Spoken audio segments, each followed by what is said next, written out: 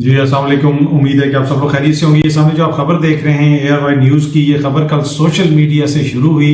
बुनियादी तौर पे सीनियर एक सहाफ़ी हैं तारिक मतीन साहब, हमारे कोलीग हैं, दोस्त हैं। उन्होंने एक ट्वीट किया, कुछ क्वेश्चन किया किसी से, और उसके ऊपर नून लीग की जो सीनियर रहनुमा है अज़मा बुखारी साहिबा, उन्होंने आगे से जवाबन ट्वीट किया। अब इन दोनों का क्या बैकग्राउंड है वो भी मैं आपको बता देता हूँ।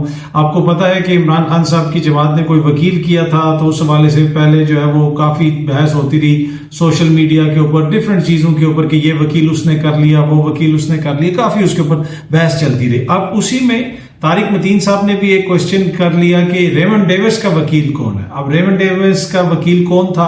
अज़मा बुखारी साहबा के जो वालिद थे वो रेमंड डेविस के वकील थे। देखिए, वकील तो किसी को भी अपनी प्रोफेशनल सर्विसेज प्रोवाइड करता है ताकि जो इंसाफ होना है उसमें उसका बड़ा इंपॉर्टेंट किरदार होता है। तो किसी का वकील होना कोई ऐसी बात नहीं है, उसमें कोई ऐसी कबात नहीं है। लेकिन जब उन्होंने ये सवाल किया तो उसके ऊपर ऑल्दो कि उन्होंने नाम शाम नहीं लिखा था, अज़मा बुखारी साहिबा ने कोट ट्वीट करके कहा कि वकील होना ज्यादा शर्मनाक है या जायदाद की वजह से भाई कत्ल करवाना। मतलब ये एक तरह से उन्होंने संगीन इल्जाम लगा दिया किसी के ऊपर। अब इसका कॉन्टेक्स्ट क्या है वो भी मैं आपको बता देता हूँ। वैसे तो अगर आप ये सामने देख सकते हैं, ARY के ऊपर भी ये खबर चल रही है, दीगर जगहों के ऊपर भी इसको रिपोर्ट किया जा रहा है। जो तारिक मतीन साहब के भाई थे अतहर मतीन, वो भी एक सहाफी थे और कराची में एक डकैती की वारदात के दौरान उनको शहीद कर दिया गया था। अब ये इल्जाम लगाया गया अज़मा बुखारी साहबा की तरफ से कि मुबैना तौर पे जायदाद की वजह से तारिक मतीन साहब ने जो है खुदा न खास्ता कोई ऐसी हरकत की है। अब देखें, उनके वालिद साहब के हवाले से जब किसी ने ट्वीट की और पूछा कि रेमंड डेविस का वकील कौन है, तो एज ए बेटी यकीनन उनकी दिल आजारी भी हो सकती है। वो उनको क्या पता इम्पल्सिव रिएक्शन हो, एकदम से उन्होंने आगे से ये कह दिया हो। तो इसमें कोई दो राय नहीं है कि बतौर एक बेटी वो रिएक्शन देना उनका हक है। वो आगे से रिएक्शन दे सकती थी अगर वो ये समझती हैं कि उनको टारगेट किया जा रहा है या उनके मरहूम वालिद साहब को टारगेट किया जा रहा है, तो आगे से रिएक्शन देना उनका, जिस तरह मैंने पहले भी अर्ज की, कि उनका हक है।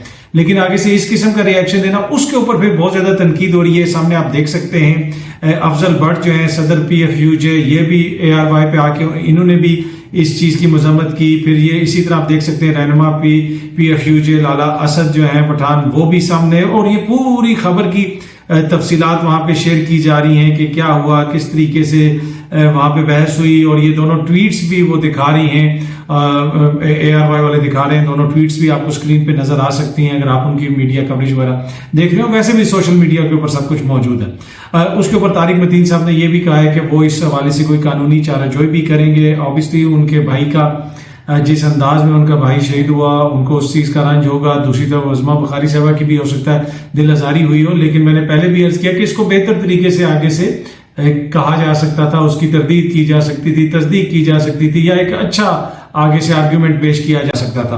अच्छा, जिस तरह मैंने कहा कि इसके ऊपर काफी ज्यादा तनकीद हो रही है, काफी सहाफी इस पे तनकीद कर रहे हैं, सहाफती तंजीमें इस पे तनकीद कर रही हैं, हर कोई तनकीद कर रहा है। और वो कल रात तक वो बार बार रिक्वेस्ट कर रहे थे अज़मा बुखारी साहबा से कि आप अपनी ट्वीट डिलीट कर दें। अभी जिस वक्त मैं ये व्लॉग बना रहा हूँ, मुझे नहीं पता कि उन्होंने ट्वीट अपनी डिलीट की है या नहीं की है, लेकिन वो बहस उसी तरह सोशल मीडिया के ऊपर चल रही है। तो ये एक ऐसी चीज है जो 1 मिनट में हल हो सकती थी। एक ट्वीट आप डिलीट कर दें और समटाइम बंदा गुस्से में कोई बात कह देता है, दिल आजारी होती है, उसमें कुछ चीज कह देता है जो अगले को शायद पसंद ना आए।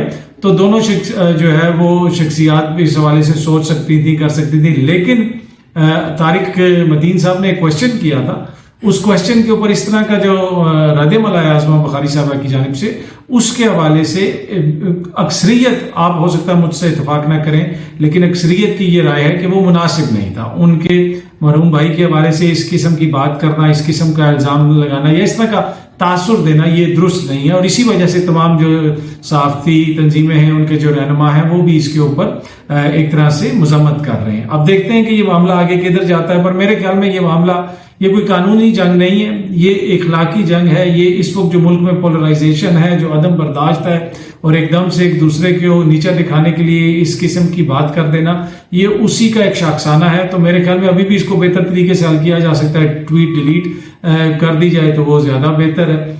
पर एनीवे देखते हैं कि ये चीजें अब आगे किस तरफ जाती हैं। बाकी ये तो देखें ना, असल बड़े बड़े मामला तो इस वक्त मुल्क में यही है कि ये क्या हो रहा है, या लंदन में बैठी हुई कोई शख्सियत क्या कह रही है। जो छोटे छोटे मसले हैं उनके ऊपर अगर इतना ही हम तवज्जो दें, हमारे सियासतदान इतने ही गुस्से का मुजाहरा करें बिजली के बिलों के ऊपर, अवामी मुश्किलात के ऊपर, और हर कौम के उस बच्चे के ऊपर, कौम की उस बेटी के ऊपर, कौम के उस वालिद के ऊपर जो बुजुर्ग कोई शख्सियत है उसके हवाले से अगर कोई ऐसी ज्यादती कहीं पे हो और हमारे सियासतदान इतने ही गुस्से का और इसी तरह का मुजाहरा करें तो शायद चीजें काफी हद तक बेहतर हो जाएं। इस वक्त जिस तरह आवाम बिजली के बिलों का उनका सामना है और जिस किस्म की ट्रीटमेंट का उनको सामना है मुख्तलिफ जगहों के ऊपर, मुख्तलिफ आप देख सकते हैं केसेस के अंदर आप इंफॉर्मेशन सामने आ रही है कि उसके साथ ये ज्यादती हो रही है, फलाने की जमानत नहीं हो रही, फलाने के साथ ये हो रहा है। सिंध में जो सूरत हाल है कि वहां पे आज अगवा बराए तावान के खिलाफ लोग धरना दे के बैठे हुए हैं, वहां पे किसी माइनॉरिटी कम्युनिटी के बंदे को उठा लिया और आए रोज इस किस्म की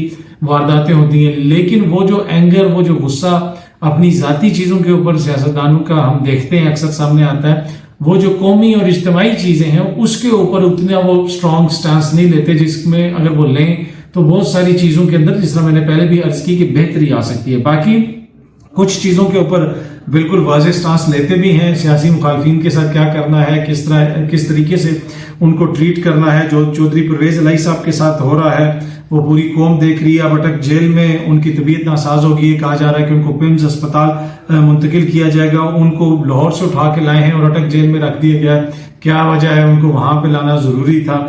इस हवाले से लाहौर हाई कोर्ट के अंदर उनकी बाजियाबी के हवाले से एक मुकदमा भी चल रहा है, तो इन्हें अदालत की उसमें कार्रवाई भी हो सकती है। आप देखते हैं अदालत अपने फैसले के ऊपर इम्प्लीमेंट किस तरह करवाती है। जिन अफसरान को बुलाया गया था वो तो आज पेश नहीं हुए, अब उनको मजीद टाइम दिया गया है कि IG साहब 2 बजे तक पेश हों। जब तक ये वीडियो आप देखेंगे हो सकता है कि कोई ना कोई उसका फैसला आ चुका हो।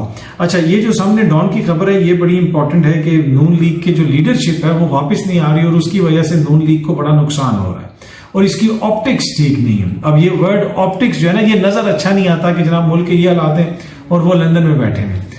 ये ऑप्टिक्स का मसला नहीं है। इस मुल्क में हमने 75 साल से की ऑप्टिक्स है कि लगता कैसे है, नजर कैसे आता है, सुनाई कैसे देता है। नहीं, हकीकी मसला ये है कि हकीकी जो मसाइल हैं उनको हल करने के लिए आपके पास क्या पॉलिसीज हैं। और ये बात है, बिल्कुल मुनासिब बात है कि जब मसाइल पाकिस्तान में हैं तो सारे जाके लंदन में क्यों बैठ गए हैं। इधर लोड शेडिंग का मसला या बिजली के बिलों का मसला या अमन अमान का मसला, दीगर कानून की अमलदारी का मसला, आइन का मसला, इलेक्शन वक्त पे होने का मसला, पर लीडरशिप जाके लंदन में बैठ जाती है। जो ही इक्तदार से उतरते हैं साथ ही लंदन में चले जाते हैं। तो क्या इसके ऊपर अब कौम क्वेश्चन नहीं करेगी कि जनाब वो लोग जो पाकिस्तान में रहना भी पसंद नहीं करते, जो ही इक्तदार से बाहर आते हैं और वो बाहर चले जाते हैं, तो क्या उनको वोट देना मुनासिब है? वो हमारी वोट को उस तरह इज्जत दिलवा सकेंगे? और उसके ऊपर आज डॉन ने भी ये तफसीली एक रिपोर्ट लिखी है और अब उनके ऊपर प्रेशर भी बढ़ रहा है नून लीग की क़यादत के ऊपर कि जी 4 साल से बाहर बैठे रहे, फिर बार बार कहा जाता रहा कि अभी आ रहे हैं मोहतरम नवाज शरीफ साहब। उनके अपने भाई की हुकूमत थी, स्याह सफेद के वो मालिक थे और इधर बड़े बड़े जो सहाफ़ी और बाखबर सहाफ़ी ये रिपोर्ट्स भी दे रहे हैं कि नवाज शरीफ साहब पूरी ताकत से वापस आ रहे हैं और अब मुल्क का बयानिया वो चला रहे हैं। दुनिया भर से जो पैसा मिल रहा है वो भी लोग जमानतें मांग रहे हैं। मुल्क दुनिया के जमानतें मांग रहे हैं कि नवाज शरीफ जमानत देगा तो हम पैसा देंगे। दोस्त ममालिक कह रहे हैं कि नवाज शरीफ को वजीर आजम बनाओ। ये इस तरह की खबरें दी जा रही हैं और अगला जो है वो पाकिस्तानी तशरीफ नहीं ला रहे। तो वो कौन सी चीज है जिसने उनको रोका हुआ है कि पूरी दुनिया आलमी ताकतें हर कोई कह रहा है कि जी नवाज शरीफ साहब को लेके आओ और उनको जो है वो वजीर आजम बनाओ और उनके कहने पे हम पैसे देंगे। तो उनमें से किसी ने ये नहीं पूछा कि ये जो इतना ताकतवर है, जिसके इतनी चीजें, जिसकी आलमी गारंटियां चल रही हैं, तो अपने मुल्क में आने के लिए उनको किसकी गारंटी चाहिए, वो क्यों नहीं वापस आ रहे। पर एनीवे सियासी तौर पे इसका बड़ा नुकसान होगा। पीपल्स पार्टी ने स्टेप बैक कर लिया है, एक कदम पीछे ले लिया है, एक हिकमत अमली के तहत, बाकायदा सलाह मशवरे के तहत कि हम ज्यादा मामलात में नहीं बोलेंगे, हमारी लीडरशिप आगे नहीं आएगी, किसी किस्म के बयानात नहीं देगी।